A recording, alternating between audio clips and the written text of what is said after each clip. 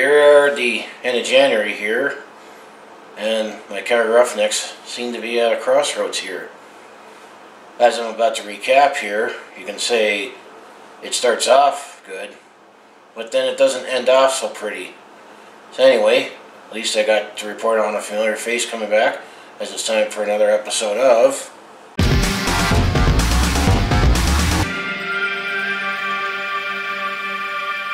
Hi there, it's Brett Hornby here.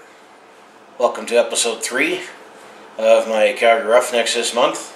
This is where I'll recap how the Calgary Roughnecks have done this past month here, and things were looking alright head into the new year after December, where they were 2-1. I mean, they lost the home opener, first game in overtime there, and then they won the next 2 games, and head into January, they were looking pretty good with strong goaltending and timely offense here. But January starts off all right, and we were able to get a familiar face back, as I'll get to here shortly. But the schedule is definitely compressed here. But they definitely didn't end January off on a good note here, and hopefully, this bye week that they end the month off with will get them ready to face February. And I'd just say right now we're at a crossroads here to see where this team will go, if they're either going to continue on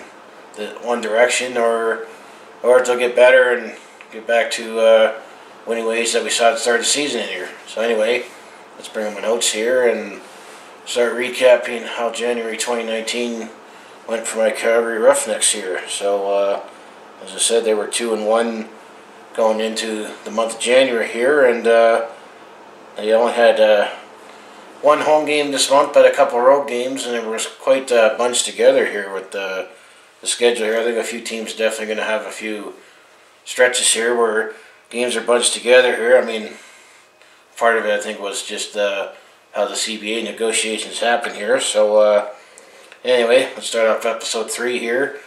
The first game in January was on Sunday, January 6th. This was week 4 action in the NLL. The Calgary Roughnecks were on the road to take on the Colorado Mammoth. This was at an afternoon game at the Pepsi Center with a 1 p.m. ball drop.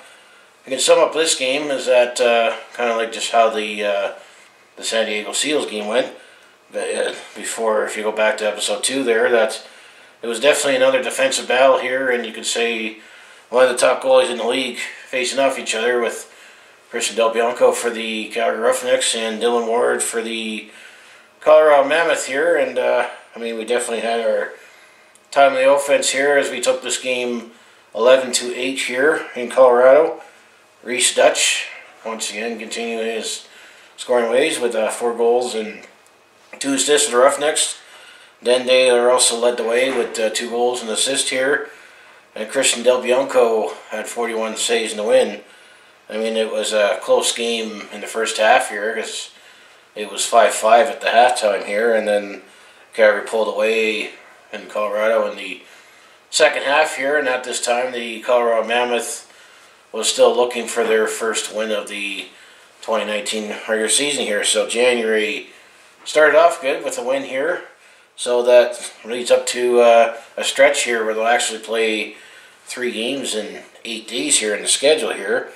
So if we go to the next game, this is on Saturday, January 12th. This is week 5 action, where the Calgary Roughnecks went home to take on the New England Black Wolves, and this was a 7 p.m. ball drop at the Scotiabank Saddledome here. And actually, before the game, we finally got some good news, is that Curtis Superman Dickson actually ended off his holdout and signed a multi-year deal with the Calgary Roughnecks to come back. So coming in this game, Curtis Superman Dickson was back on the field and in his familiar wearing number 17.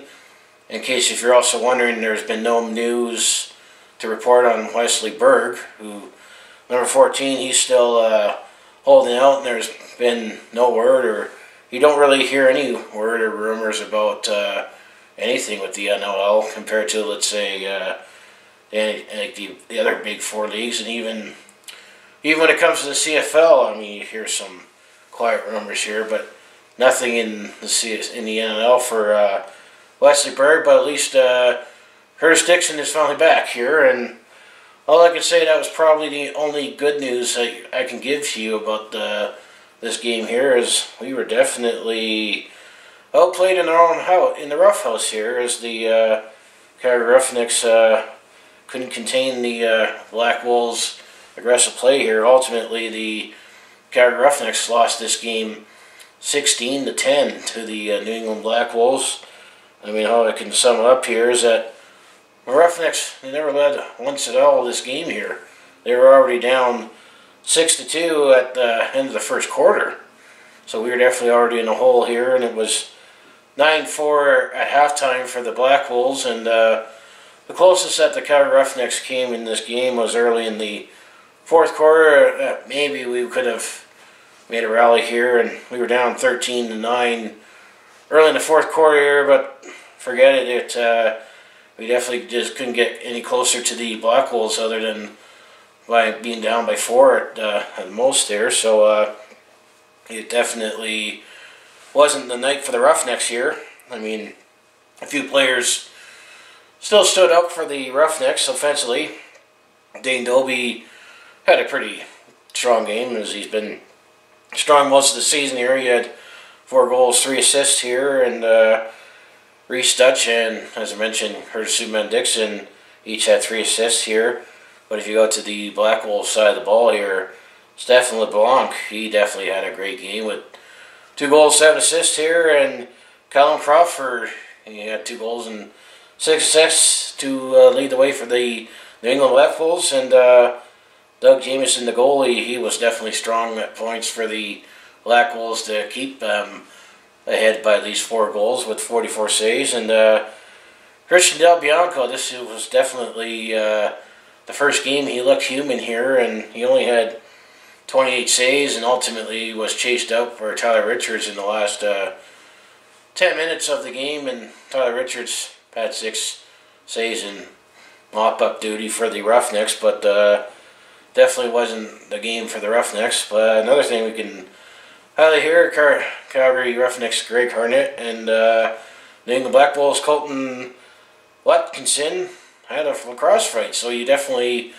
had a treat of seeing Curtis Dickson come back, lacrosse fight here, and also, yeah, just in case you need another reminder here, my Calgary Stampeders won the Grey Cup this past year, and members of the Calgary Stampeders were at this game and played the Grey Cup itself, so there was definitely some time taken out to celebrate that. I mean, this was actually one of those games where I actually got the emails, but by virtue of having season tickets for the Calgary Roughnecks, I already had our game for the ticket here, but this was a game that if season ticket holders of the Stampeders could have gotten a complimentary ticket to this Roughnecks game, and kind of that's how I got hooked back into lacrosse last year, is that I went to the Stampeders night last year here. So that was the only home game for the Calgary Roughnecks in this part in January here, but the last 2 games here happened within a couple days here. So so we go to the next game here, and for some reason there was some inconsistencies of when this game was going to be. I had seen it Thursday, Friday. I didn't know when ball drop was going to be, but ultimately, and I was also able to watch all these NLL games on the road for the Calgary Roughnecks via Bleacher Report, which seems to be the sponsor for it this year. And with my season ticket hold, I got my season pass for all NL games on Bleacher Report Live. But this game was on Friday, January the 18th. This is Week 6 action, as the Calgary Roughnecks made their first trip to San Diego at the Pechanga Arena to take on the San Diego Seals here, and see how this version comes out after the goaltending duel we saw there just after Christmas, a month before. And with each team playing 3 times in the West here, this also is potentially a big game for maybe the Calgary Roughnecks to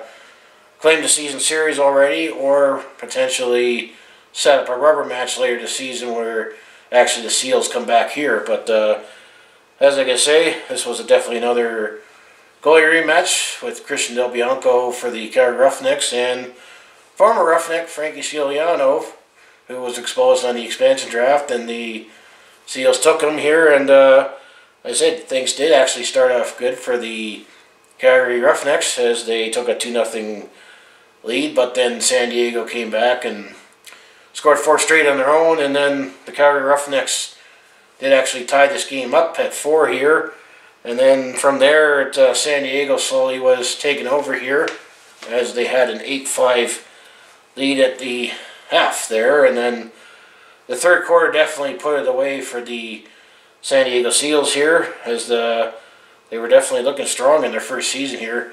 Ultimately, the San Diego Seals got the revenge on the Calgary Roughnecks and won this game 15-9 here. I'm going to still say who stood up for Calgary Roughnecks offensively is Dane Dobie and Reese Dutch, each with 2 goals and 3 assists for a 5-point night, and Curtis Dickson and Riley Lolan. Curtis Dickson finally scored his first goal of the season, as Curtis Dickson and Riley Lolan had a goal and 2 assists each. And then if you have to go on to the Seals side of the ball here, Austin Stats definitely stood up for the Seals with 3 goals and 4 assists to lead the way, and then Garrett Billings had 2 goals and 4 assists, and Turner Evans had 4 assists alone, and Casey Jackson had a hat trick with 3 goals himself. So definitely a lot more to spread around with the San Diego Seals there. And based on what I saw when they first when they came to town here last month here, that the Seals definitely have an aggressive team who can take a lot of shots and move the ball well. So there's definitely no team to sneeze at. I think they're a free space on the bingo board being an expansion team here. When it comes to the goaltending numbers here, Christian Del Bianco made 47 saves in the loss, while former Roughneck Frankie Sciliano had 37 saves in the win here. Roughnecks were really outshot in this game, 62-46 here. So there were definitely a lot of shots fired, like the game last month here. But I'm going to say the Roughnecks definitely was the first game this month that they were outshot here. And then a weird quirk in the schedule here is that 2 days later, the Calgary Roughnecks were back in Colorado here.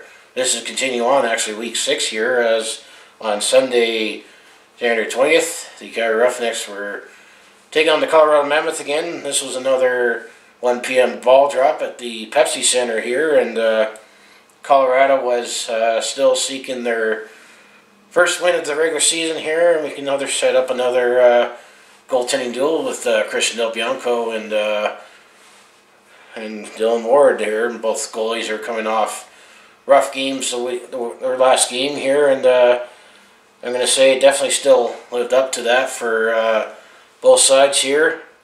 And Colorado definitely had a strong start where they took a 3-1 lead here, and then Calgary actually fought back in the second quarter here, and it got to the point where it was 5-4 for the Colorado Mammoth at the halftime here, so it was still anyone's game here, but Colorado definitely ran away with it in the second half. They outscored the Calgary Roughnecks 7-3, including the Roughnecks being shut out in the fourth quarter here to ultimately lose this game 12-7 here. And Colorado got their first win of 2019 here. Let's look at the numbers for offensive numbers that stood out for the Calgary Roughnecks here. Actually, Ryan Martel had a goal and 3 assists, and then Dan Taylor had 2 goals and assist here, and Curtis Dickson had a goal and 2 assists here, and Dan Taylor also had a 2-goal game here. And another thing to highlight here on a personal milestone is Zach Currier for the Calgary Roughnecks. He had his 200th loose ball of his career, and he had 2 assists as well in this game. But if you're looking at actually before I get to the Colorado Mammoth side of the ball here, I said Dane Dobie cooled off a little bit in this game. He only had 2 assists here, but he's still up there in the league leaders when we get to the numbers here shortly. But if you go inside the Mammoth side of the ball here, you got Ryan Benesh led the way with 3 goals and 4 assists here. Eli McLaughlin had 2 goals and 4 assists here, and Kyle Killen had 2 goals and assists. This is all the notables for the Colorado Mammoth here. When it comes to the goaltending here, Dylan Ward only needed to make 32 saves for the Roughnecks here, while our goalie, Christian Del Bianco, made 40 saves in the loss here, and that means that once again the Calgary Roughnecks were significantly outshot in this one, as we were outshot 52-39 here. And then week 7, this is where we are, and this is actually we get 3 bye weeks of the season here, and this is the first of 3 bye weeks for the Calgary Roughnecks. Actually, the 3rd bye week is the last week of the season, so the Calgary Roughnecks will be finishing the season earlier than everybody else here. But yeah, I think based on this 3-game losing streak here, I think the Calgary Roughnecks really could use a bye week here to maybe find their identity and work on what's been ailing them lately. It seems like their defense has lost a little bit, and I mean, I think the first month of the season, Calgary had no problem scoring goals, and it seems like if we can keep the opponent under 10 goals, we can win. We would more often win the game here, but unfortunately, we've allowed a few more goals here in this past month here, which now has dropped Calgary to 3-4 in the regular season, but they're 3rd in the West Division and still pretty good in the playoff spot. I mean, keep in mind that 4 out of 5 teams in the West will make the playoffs, and then 4 out of 6 in the East will make the playoffs. Like the top 4 make the playoffs, and actually right now, if you look at the standings, if the playoffs were to start right now, we'd be in, but we'd be on the road against San Diego in a 1-game showdown in the Western semifinal here. So that's definitely where the Calgary Roughnecks stand right now. And if I bring up my notes here, let's see if I can find the player stats here. Is let's say the league leaders, or the team leaders. Dane Dobie has 17 goals, and Reese Dutch has 21 assists. This is just leading the Roughnecks, and Dane Dobie has 35 points, and I last checked, he actually is 3rd in the league in scoring in that category. So as I say, with the standings here, I mean, if you look just at the West here, the Saskatchewan Rush, as of recording, is 3-1. First in the West, San Diego Seals, they're 4-2 for second. We're 3-4, played 7 games. And then Colorado, they only played 4 games at this point. They're 1-3. And then the Vancouver Warriors are 1-5 in the West here for last place. So if you were setting up the early bracket right now, I said we would be playing San Diego West Semi in a 1-game showdown in San Diego.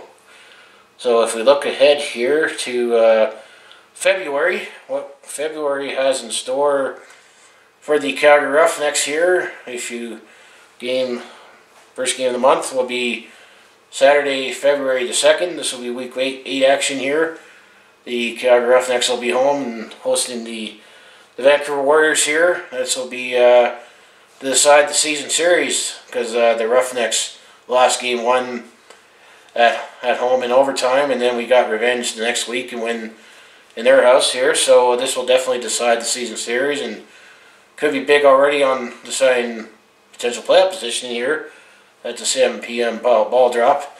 And that's the only home game for the Calgary Roughnecks in February here. And then the next week, this will definitely be a big test on Saturday, February 9th, week 9 action. The Calgary Roughnecks will make their first regular season game against the Saskatchewan Rush, the defending NLL champions. This will be at the Saskatchewan Tenor at a 6:30 ball drop here, so we'll definitely see how the Calgary Roughnecks will fare against the league's top teams. The Rush are definitely looking like that again this season. And then on Saturday, February the 16th, the final game that Calgary Roughnecks will play in February will be Week 10 action in Buffalo against the Buffalo Bandits, and that's a 5:30 ball drop at the KeyBank Center. And then Week 11, the Calgary will have their second bye week of the season here. So they definitely had a busy stretch here, and then I got a bye week now, and then they definitely got a fairly light February here before March and April. When you're looking ahead, those schedule will get a lot busy here, but we'll definitely have a few more home games here. So that's my Calgary Roughnecks this month for episode 3, recapping. January started off pretty good with the win, and getting Curtis Superman Dickson signed, but you know, those 3 games in 8 days definitely has sunk this team a little and put them in a crossroads here. So we'll definitely see how February turns out here. So you know, if you enjoy everything I do on my YouTube channel, just make sure you hit like, subscribe. As I always say, I'll see you at the next video.